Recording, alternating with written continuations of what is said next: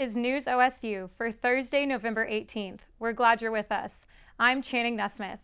We begin with news from the city of Stillwater. There's a proposal for a convention center that the city hopes would lure in business and dollars. News OSU's Jolie Salee tells us more. Pretty soon, this empty lot of land will be replaced by a 20,000 square foot convention center attached to a 120-room hotel.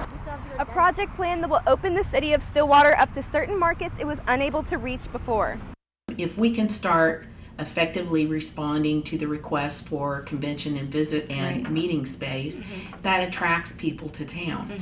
And once we get them here, more than likely they're going to buy something. Sometimes it's room rent. This will increase the city's sales tax base and lodging space by increasing those collections each year, which will allow the city to take those dollars and invest them into things that citizens are looking for, like road repairs.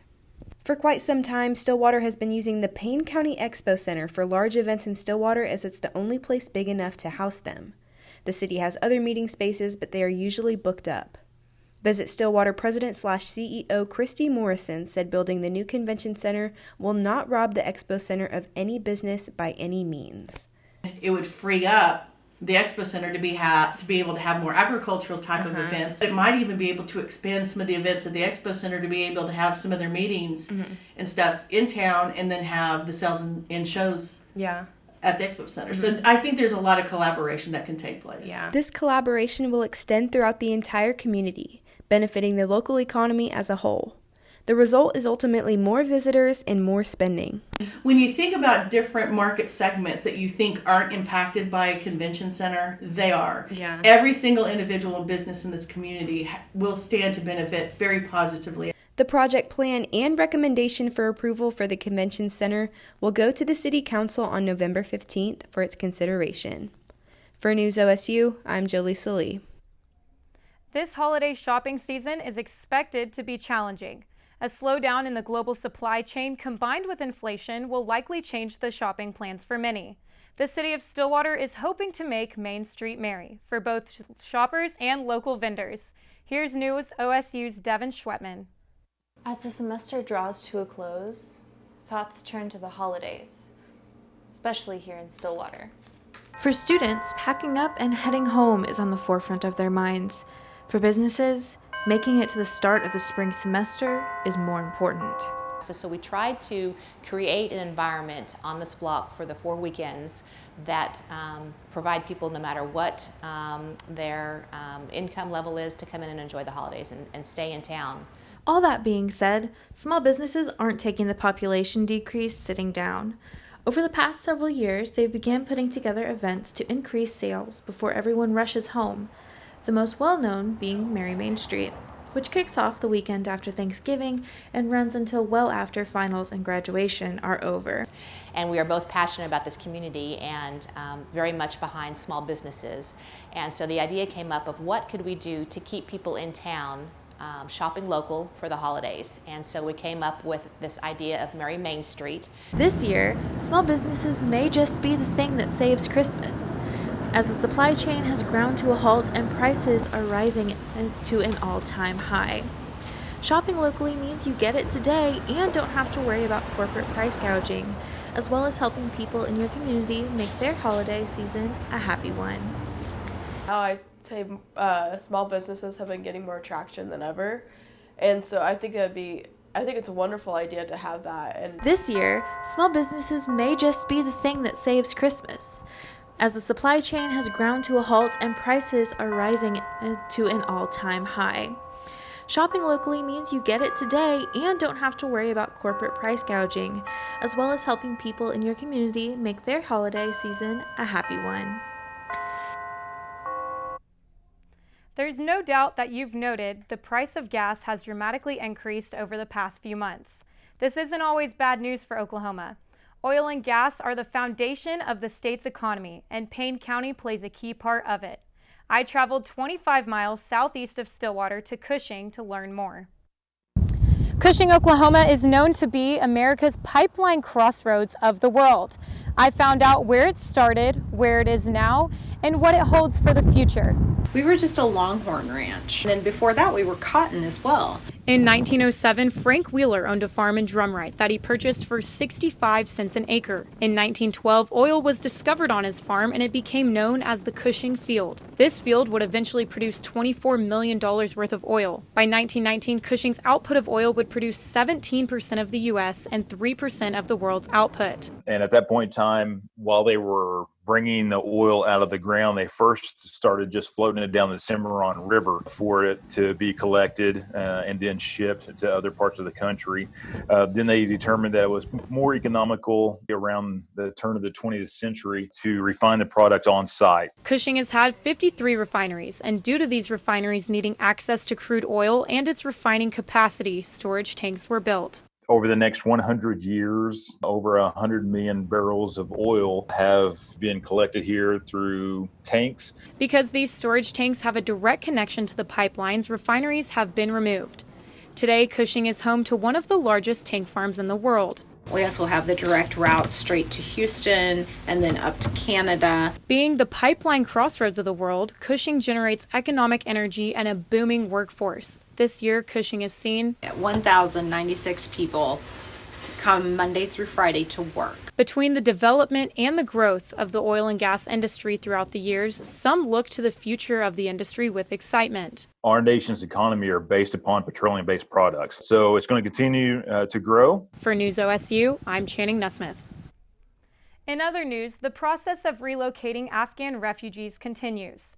This is a process that started in August after the Taliban reasserted control over Afghanistan. The United States and other countries helped evacuate people whose lives thought to be threatened by the new regime. Over 100 of those refugees will soon call Stillwater home. Ellen Slater has more. Well, I got a call from Deacon Kevin Sartorius, who's the executive director of Catholic Charities in Tulsa, and he said, we're probably going to say go to settling at that time. I think the word was just a bunch of Afghan refugees, all these people coming out on planes. And he asked me, would Stillwater be interested? My immediate answer was yes. Thanks to a collaboration with Oklahoma Catholic Charities and Oklahoma State University, around 150 refugees will slowly start arriving in Stillwater this month. I'm not aware of any university that's really doing anything on the scope of this. A number of universities are bringing in 2 or 3 scholars or maybe providing 2 or 3 apartments for housing. But we're in it at a whole different level, both in terms of the on-campus residency as well as the English language programming. I think this really could be a model for what happens in the future with universities. Catholic Charities is the only agency within the state of Oklahoma authorized to resettle refugees. 160 to 200 people are expected total. We're already an international community. We already have lots of international students, international faculty, international staff. So we, although we're a relatively small city, we actually have a lot of things in place that a lot of places don't. There could be a lot of misconceptions and a lot of, who are these people? Are they vetted? Are they, are they the bad guys? And they're simply not. These are folks who helped the American forces. These are folks who left some really serious danger, and we get a chance to help them. For News OSU, I'm Ellen Slater. It's a program called Friends for Folks. Prisoners taking in dogs and training them to help them have better lives. This doesn't just impact the dogs, but the inmates at the Mabel Bassett Correctional Center in McLeod as well. News OSU's Jolie Salee has more. Friends for Folks is a program that pairs dogs with inmates at Oklahoma's Mabel Bassett Correctional Center, a multifunction facility for female offenders. At Mabel Bassett, rescued animals broken and abused are paired with inmates who often have a similar background. You walk in and you go through these doors, 3 sets of doors, barbed wire, razor wire everywhere. And you walk into this beautiful facility where these dogs are running around and barking and inmates are laughing. At the correctional center, a dog lives with an inmate 24/7, and while the inmate learns how to pour their love into these animals, the dog offers its unconditional love right back. As a result, self-confidence and trust improve for both the dog and the inmate. I call it a mirror program. That's why it works so well, because the dog helps them and they help the dog. Pretty soon, these well-trained dogs can be placed into the home of someone who might need a companion, like veterans, widows, and people with certain disabilities. Or the dog might even find itself a job helping people at a county courthouse. Even for an adult, having to go on the stand in front of an entire courtroom can be overwhelming and intimidating, but for a child, it can be absolutely terrifying. But luckily, here at the Cleveland County Courthouse, they have Willa. Willa is one of the many dogs trained by inmates at Mabel Bassett, and now she spends her time at the Cleveland County Courthouse to help children who have been victims of abuse handle the difficult process of testifying in court. We can assure them that they are safe, and it doesn't compare to when I walk in with Willa, and you can see the stress leave their bodies. Thanks to the Friends for Folks program, dogs like Willa are able to help people who are in need. Meanwhile, the women of Mabel Bassett continue giving back to society while finding their own healing along the way. For News OSU, I'm Jolie Salee.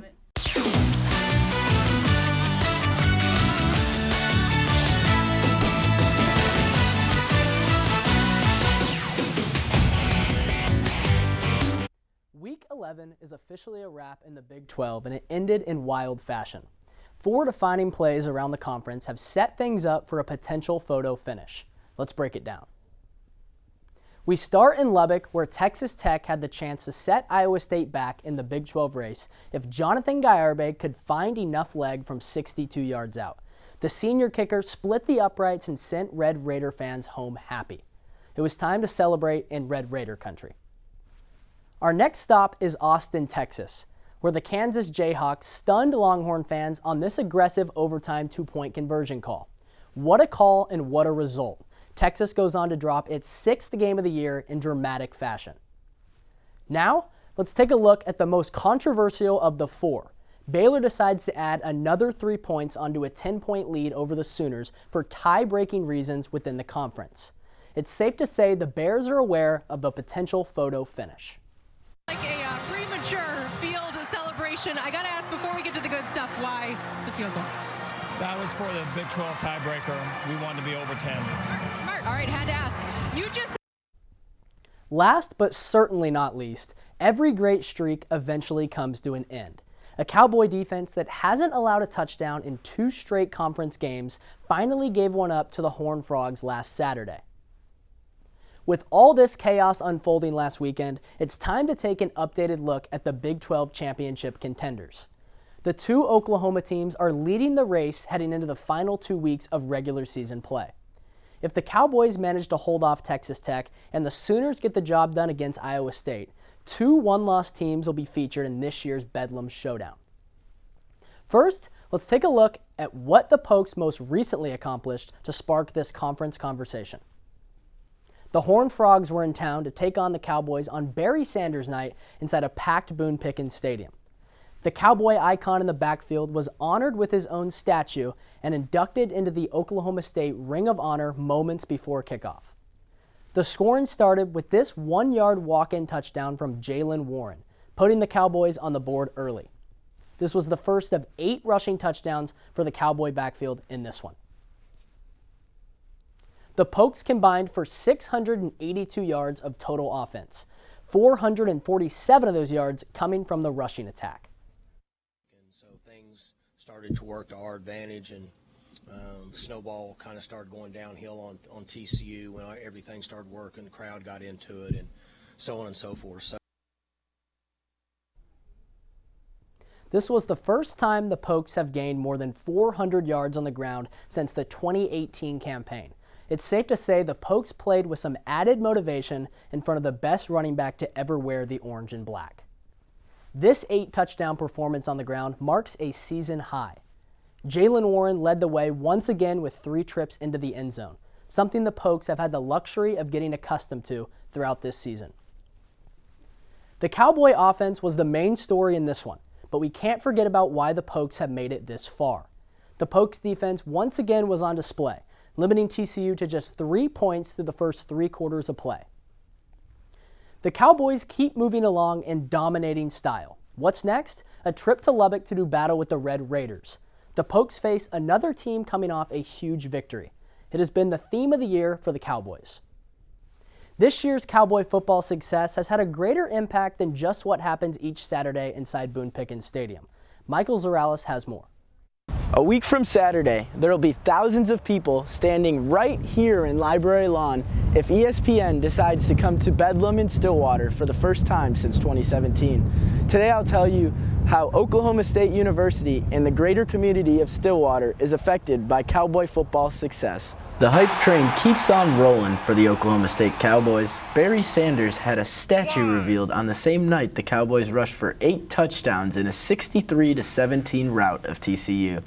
The Cowboys are now 9-1, needing to win one of their last 2 games to clinch a berth in the Big 12 championship.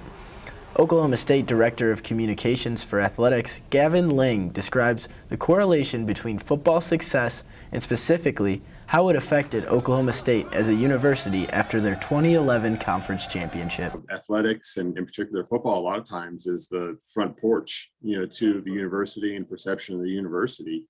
And certainly we got a boost in terms of enrollment and other things as a result of the football team having a successful 2011 season. Football success goes far beyond benefiting the university itself. Christy Morrison, president and CEO of Visit Stillwater, says football success affects spending in Stillwater. Positive attitude, a lot more visitor spending, a lot more people coming to town, a lot more gifts being bought for the holidays. It has a positive impact. There's no doubt about it. And how would hosting ESPN's College Game Day benefit Stillwater and Oklahoma State? Visitors and potential students and season ticket holders and donors, and it just impacts every aspect of what we do to promote our community. For News OSU, I'm Michael Zorales. In other sports news, the Cowgirl and Cowboy basketball seasons are underway. Cowboys are currently 4-1 and are finishing up participating in the Basketball Hall of Fame showcase. This time of year, that's what you continue to search for. It's always been my mind that the non-conference is to prepare you for conference play, and that you want to be playing your best basketball late February, early March, and that's no different now. So we're still trying to figure ourselves out in games. As for the Cowgirls, they hold a 2-1 record and look to improve as the season progresses. It has been a solid start to the season for both teams. That's a wrap on sports. Thank you for joining us. And that's News OSU for Thursday, November 18th. It is also our final News OSU for the fall 2021 semester. We'll be back in February with some new members of the team. For all of us here at News OSU, have a happy and safe holiday season, and we will see you in 2022.